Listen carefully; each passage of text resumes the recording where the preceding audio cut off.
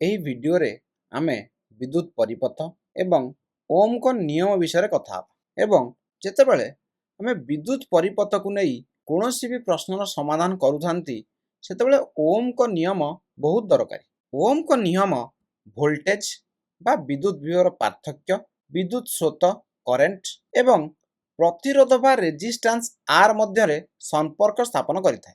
ମାନେ ଏ ତିନୋଟି ମଧ୍ୟରେ କ'ଣ ସମ୍ପର୍କ ରହିଛି ତାହା ଓମଙ୍କ ନିୟମରୁ ଆମକୁ ମିଳିଥାଏ। ପ୍ରଥମେ ଚାଲନ୍ତୁ ଦେଖିଦେବା ଯେ ଓମଙ୍କ ନିୟମଟି କ'ଣ, ତାପରେ ଆମେ ଗୋଟି ଗୋଟି କରି ଏଗୁଡ଼ିକ ବୁଝିବା। ପ୍ରଥମେ ଚାଲନ୍ତୁ ଦେଖିଦେବା ଯେ ଓମଙ୍କ ନିୟମଟି କ'ଣ ଅଛି, ତାପରେ ଆମେ ଭୋଲ୍ଟେଜ୍ ବା ବିଦ୍ୟୁତ୍ ବିଭବର ପାର୍ଥକ୍ୟ, ବିଦ୍ୟୁତ୍ ସ୍ରୋତ ଏବଂ ପ୍ରତିରୋଧ ଆର୍ କ'ଣ ବୁଝିବା। ଓମଙ୍କ ନିୟମ ହେଉଛି voltage V equals to current I into resistance R, ବା ତୁମେ ଏମିତି କହିପାର ଭୋଲ୍ଟେଜ୍ ମାନେ ବିଦ୍ୟୁତ୍ ବିଭବର ପାର୍ଥକ୍ୟ ବା ବିଦ୍ୟୁତ୍ ବିଭବାନ୍ତର ଇକ୍ୱାଲ୍ ଟୁ ବିଦ୍ୟୁତ୍ ସ୍ରୋତ ଇଣ୍ଟୁ ପ୍ରତିରୋଧ ବା ରେଜିଷ୍ଟାନ୍ସ, ବା ତାକୁ ଆମେ ଏମିତି ବି ଲେଖିପାରିବା ଉଭୟ ପାର୍ଶ୍ୱକୁ ଯଦି ଆମେ ଆର୍ ରେ ଡିଭାଇଡ୍ କରିଦେବା ତାହେଲେ ଆମେ ଲେଖିପାରିବା I ଇଜ୍ ଇକ୍ୱାଲ୍ସ ଟୁ କେତେ ହୋଇଯିବ V ବାଇ ଆର୍। ଏହା ହେଉଛି ଓମଙ୍କ ନିୟମ। ତେବେ ବର୍ତ୍ତମାନ ଚାଲନ୍ତୁ ବୁଝିବା ଭୋଲ୍ଟେଜ୍ ବା ବିଦ୍ୟୁତ୍ ବିଭବର ପାର୍ଥକ୍ୟ କ'ଣ, କରେଣ୍ଟ ବା ବିଦ୍ୟୁତ୍ ସ୍ରୋତ କ'ଣ ଏବଂ ପ୍ରତିରୋଧ କ'ଣ ଏବଂ ସେମାନଙ୍କର ଏକକ କ'ଣ। ତେବେ ଏଗୁଡ଼ିକ ବୁଝିବା ପାଇଁ ଚାଲନ୍ତୁ ଏକ ଉଦାହରଣ ନେବା। ମୁଁ ଏଠି କାହାର ଉଦାହରଣ ନେବି? ମୁଁ ନେବି ଏଠାରେ ଏକ ଜଳ ପ୍ରବାହ ହେଉଛି, ଏକ ପାଇପ୍ ଦେଇ ଜଳର ପ୍ରବାହ ହେଉଛି। ଏହା ହେଉଛି ମୋର ପାଇପ୍, ଏହା ହେଉଛି ମୋର ପାଇପ୍ ଏବଂ ଏହାର ଗୋଟିଏ ପଟେ ଏହା କ'ଣ ଅଛି, ବନ୍ଦ ଅଛି ଏବଂ ଆଉ ଉପରେ କ'ଣ ଅଛି, ଏଠାରେ ପୁରା ପାଣି ଭରିକରି ଅଛି। ଏଠି ପୁରା କ'ଣ ଅଛି, ଜଳ ଭରିକରି ଅଛି। ଏପଟଟି ବନ୍ଦ ଅଛି। ବର୍ତ୍ତମାନ ଏହା ହେଉଛି ମୋର ପାଇପ୍ ଯେଉଁଥିରେ ପାଣି ଭରିକରି ଅଛି ଏବଂ ଏହାର ତଳ ପାଖଟି ବନ୍ଦ ରହିଛି। ତେବେ ଏହି ପାଇପ୍ର ଉପର ପାର୍ଶ୍ୱରେ ଯେଉଁ ପାଣି ଅଛି ତାର ସ୍ଥିତୀୟ ଶକ୍ତି ଅଧିକା ହେବ ଏବଂ ଏହାକୁ ଆମେ ଭୋଲ୍ଟେଜ୍ ବା ବିଦ୍ୟୁତ୍ ବିଭବାନ୍ତର ସହିତ ତୁଳନା କରିପାରିବା। ତେବେ ଭୋଲ୍ଟେଜ୍ ବା ବିଦ୍ୟୁତ୍ ବିଭବାନ୍ତର ପୋଟେନ୍ସିଆଲ ଏନର୍ଜି ବା ସ୍ଥିତୀୟ ଶକ୍ତି ନୁହେଁ, ଏହା ହେଉଛି କ'ଣ, ପ୍ରତି ଏକକ ଚାର୍ଜ ଥିବା ସ୍ଥିତୀୟ ଶକ୍ତି ଏବଂ ତାର ଏସ୍ଆଇ ଏକକ କ'ଣ, ଏସ୍ଆଇ ଏକକ ହେଉଛି ଭୋଲ୍ଟ ଏବଂ ଭୋଲ୍ଟକୁ ଆମେ କ'ଣ ଭାବିପାରିବା, ଜୁଲ୍ ପର କୁଲମ୍। କାହିଁକି, ଏକକ ଚାର୍ଜ ଥିବା ସ୍ଥିତୀୟ ଶକ୍ତି ମାନେ କ'ଣ ହେଇଯିବ, ସ୍ଥିତୀୟ ଶକ୍ତି ବାଇ ଚାର୍ଜ, ତେଣୁକରି ତାହା କ'ଣ ଆସିଯିବ, ସ୍ଥିତୀୟ ଶକ୍ତିର ଜୁଲ୍ ଏବଂ ଚାର୍ଜର କୁଲମ୍, ତେଣୁକରି ଭୋଲ୍ଟକୁ ଆମେ ଜୁଲ୍ ପର କୁଲମ୍ ମଧ୍ୟ କହିପାରିବା। ଏବେ ଭାବନ୍ତୁ ଯଦି ଆମେ ଏହି ତଳେ ଯେଉଁ ବନ୍ଦ ରହିଛି ପାଇପ୍ଟି ତାକୁ ଯଦି ଖୋଲିଦେବା ତାହେଲେ କ'ଣ ହେବ? ଖୋଲିଦେଲେ କ'ଣ ହେବ, ପାଣି ଗୁଡ଼ିକ ତଳକୁ ଖସି ଆସିବ, ପାଣି ଗୁଡ଼ିକ ଏଇ ରାସ୍ତା ଦେଇ ତଳକୁ ଖସିବେ ଏବଂ ଯେଉଁ ପାଣିର ଯେଉଁ ସ୍ଥିତୀୟ ଶକ୍ତି ଅଛି ତାହା ଗତିଜ ଶକ୍ତିକୁ ରୂପାନ୍ତରିତ ହେବ। ଯଦି ଆମେ ଏହି ପାଇପ୍ର କୌଣସି ଏକ ଜାଗାକୁ ଦେଖିବା, କୌଣସି ଏକ ପ୍ରସ୍ତଚ୍ଛେଦକୁ ଦେଖିବା, ମନେକର ଏଇ ଜାଗାଟିକୁ ଆମେ ଦେଖିବା ବର୍ତ୍ତମାନ, ତାହେଲେ ଏ ଜାଗା ଦେଇ ପ୍ରତି ସେକେଣ୍ଡରେ କେତେ ପାଣି ଫ୍ଲୋ ହେଉଛି ବା କେତେ ପାଣି ପ୍ରବାହିତ ହେଉଛି ତାହା ବିଦ୍ୟୁତ୍ ସ୍ରୋତ ସହିତ ତୁଳନାତ୍ମକ। ତ ବିଦ୍ୟୁତ୍ ସ୍ରୋତ କ'ଣ, ବିଦ୍ୟୁତ୍ ସ୍ରୋତ ହେଉଛି ଚାର୍ଜ ବାଇ ସମୟ, ମାନେ ଏକକ ସମୟରେ କେତେ ଚାର୍ଜ ପ୍ରବାହିତ ହେଉଛି, ଗୋଟେ ତାର ଦେଇ ଏକକ ସମୟରେ କେତେ ଚାର୍ଜ ପ୍ରବାହିତ ହେଉଛି ତାକୁ ମୁଁ ଲେଖିଦେଲି ଚାର୍ଜ ବାଇ ସମୟ। କ୍ୟୁ ହେଉଛି ଏଠାରେ ଚାର୍ଜ ଏବଂ ଟି ହେଉଛି କ'ଣ, ସମୟ। ତେଣୁକରି ବିଦ୍ୟୁତ୍ ସ୍ରୋତର ସୂତ୍ର କ'ଣ ହେଇଗଲା, I is equals to Q by T. ମାନେ ଗୋଟିଏ ସେକେଣ୍ଡରେ ଆମେ ଏହାକୁ ଏମିତି କହିପାରିବା, ଗୋଟିଏ ସେକେଣ୍ଡରେ ପରିପଥର ଏକ ବିନ୍ଦୁ ଅତିକ୍ରମ କରି କେତେ ଚାର୍ଜ ପ୍ରବାହିତ ହୁଏ। ଗୋଟିଏ ସେକେଣ୍ଡରେ ଗୋଟେ ବିଦ୍ୟୁତ୍ ପରିପଥର ଏକ ବିନ୍ଦୁ ଦେଇ ଯେତିକି ଚାର୍ଜ ପ୍ରବାହିତ ହୁଏ ତାକୁ ଆମେ ବିଦ୍ୟୁତ୍ ସ୍ରୋତ ବୋଲି କହିଥାଉ। ତେଣୁକରି ବିଦ୍ୟୁତ୍ ସ୍ରୋତର ସୂତ୍ର ଆସିଲା କ୍ୟୁ ବାଇ ଟି, କ୍ୟୁ ହେଉଛି ଚାର୍ଜ, ଟି ହେଉଛି ସମୟ। ଏବେ ଚାଲନ୍ତୁ ପ୍ରତିରୋଧ ବା ରେଜିଷ୍ଟାନ୍ସ କ'ଣ ବୁଝିବା। ତେବେ ପ୍ରତିରୋଧ ବା ରେଜିଷ୍ଟାନ୍ସ ଚାର୍ଜର ପ୍ରବାହକୁ ଧିମେଇ ଦେଇଥାଏ ବା ସ୍ଲୋ କରିଦେଇଥାଏ। ତେବେ ଏହାକୁ ଚାଲନ୍ତୁ ଏପରି ବୁଝିବା, ଏହା ହେଉଛି ଏକ ମୋର ଆଉ ଗୋଟେ ପାଇପ୍ ଯେଉଁଠିକି ଏହି ସ୍ଥାନରେ ପତଳା ହୋଇଯାଇଛି ବା ନ୍ୟାରୋ ହୋଇଯାଇଛି। ବର୍ତ୍ତମାନ ଯେଉଁ ପାଣିଟି ଆସୁଥିବ ଏଠାରେ ଯେତିକି ଜୋରରେ ପ୍ରବାହ ହେଉଥିବ ଏଠାରେ ଏ ପାଣିଟି ସେତିକି ଜୋରରେ ପ୍ରବାହ ହୋଇପାରିବ ନାହିଁ। ପାଇପ୍ ତଳଟି ଏଠାରେ ଖୋଲା ରହିଛି, ତେଣୁକରି ପାଣି ପ୍ରବାହ ହେଉଛି, କିନ୍ତୁ ପାଣିର ପ୍ରବାହ ଏଠାରେ କମିଯିବ। କାହିଁକି, କାହିଁକି ନା ଯଦି ଆମେ ଦେଖିବା ଏଇ ଯେଉଁ ସ୍ଥାନଟି, ଏ ସ୍ଥାନଟି କ'ଣ ହେଇଯାଇଛି, ପତଳା ହୋଇଯାଇଛି, ତେଣୁକରି ଏଠାରେ ବର୍ତ୍ତମାନ ପର ସେକେଣ୍ଡରେ କମ୍ ପାଣି ଆସିବ। ତେଣୁକରି ଆମେ ଦେଖିବା ଯେ ସବୁଆଡ଼େ କ'ଣ ଆସିବ, କମ୍ ପାଣି। ପାଇପ୍ର ଯେକୌଣସି ସ୍ଥାନରେ ଦେଖିଲେ ଏକକ ସମୟରେ କମ୍ ପାଣି ପ୍ରବାହିତ ହେବ, ମାନେ ପାଣିର ସ୍ରୋତ ଏଠାରେ କମିଯିବ। ତେଣୁକରି ଏହା ହେଉଛି ପ୍ରତିରୋଧ ସହିତ ତୁଳନାତ୍ମକ। ତ ପ୍ରତିରୋଧ କ'ଣ, ପ୍ରତିରୋଧ ହେଉଛି ଯେ କେତେ ଚାର୍ଜ ପ୍ରବାହ ବାଧାପ୍ରାପ୍ତ ହେଲା। ମାନେ ଆଗରୁ କ'ଣ, ଆଗରୁ ଦେଖ ଏଠାରେ ପାଇପ୍ରେ କ'ଣ ହେଉଥିଲା, ଜଳ ପ୍ରବାହ ଅଧିକ ହେଉଥିଲା ପର ସେକେଣ୍ଡରେ, ଏଠି ଜଳ ପ୍ରବାହ କ'ଣ ହେଲା, ଗୋଟେ ସେକେଣ୍ଡରେ କମ୍ ହେଲା। ସେହିପରି एठी हमर प्रतिरोध कौन करिवो चार्ज प्रवाह को प्रति सेकेंड रे जेतिकी चार्ज प्रवाह होता है ताकू कमाई दिए तेणुकर विद्युत स्रोत को कमाई दिए।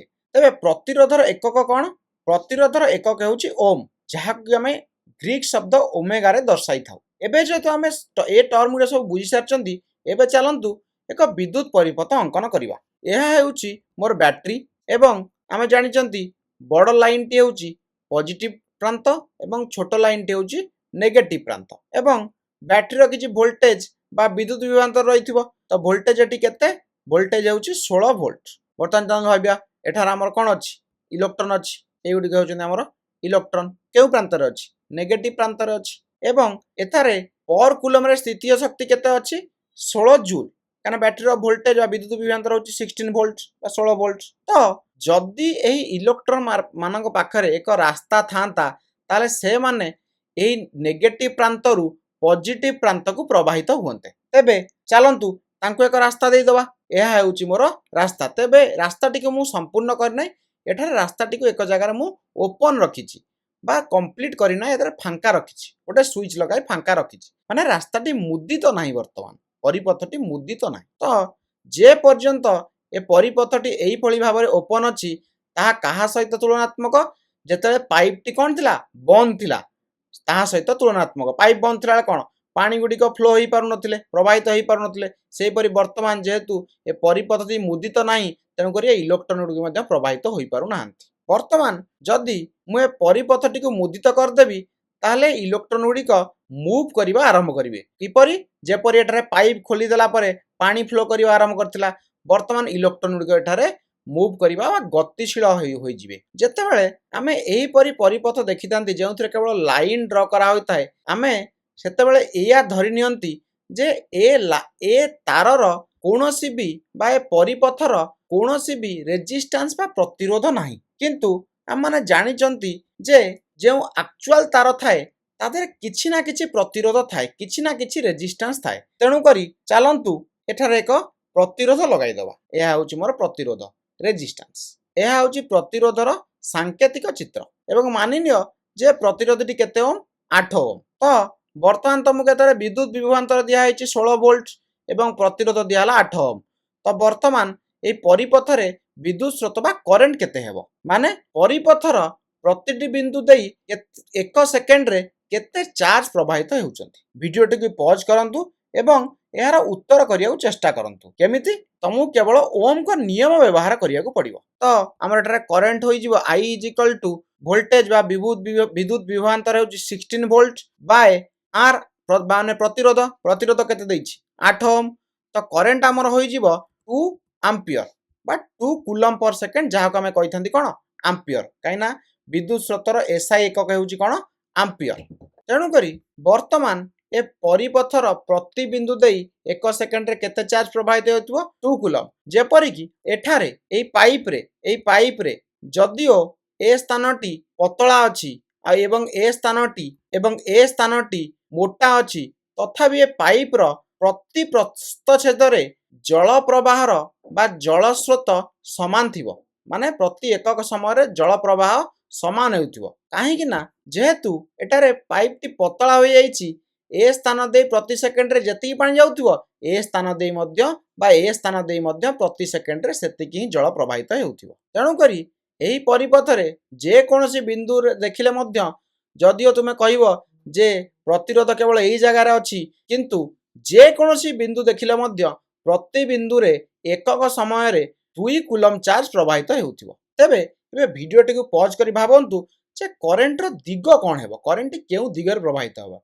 तेबे तुमे कहि पारो जे इलेक्ट्रॉन एही दिगरे प्रवाहित हेउचंती तेणु करी करंट रो दिग कोन हेबो करंट रो दिग मध्य सेही आडे हेबो किंतु करंट रो दिग से आडे नुवा करंट रो दिग आमे को आडे करंट रो दिग हेउची इलेक्ट्रॉन प्रवाहर विपरीत दिगरे माने करंट एपटरे फ्लो हेउची बा प्रवाहित हेउची।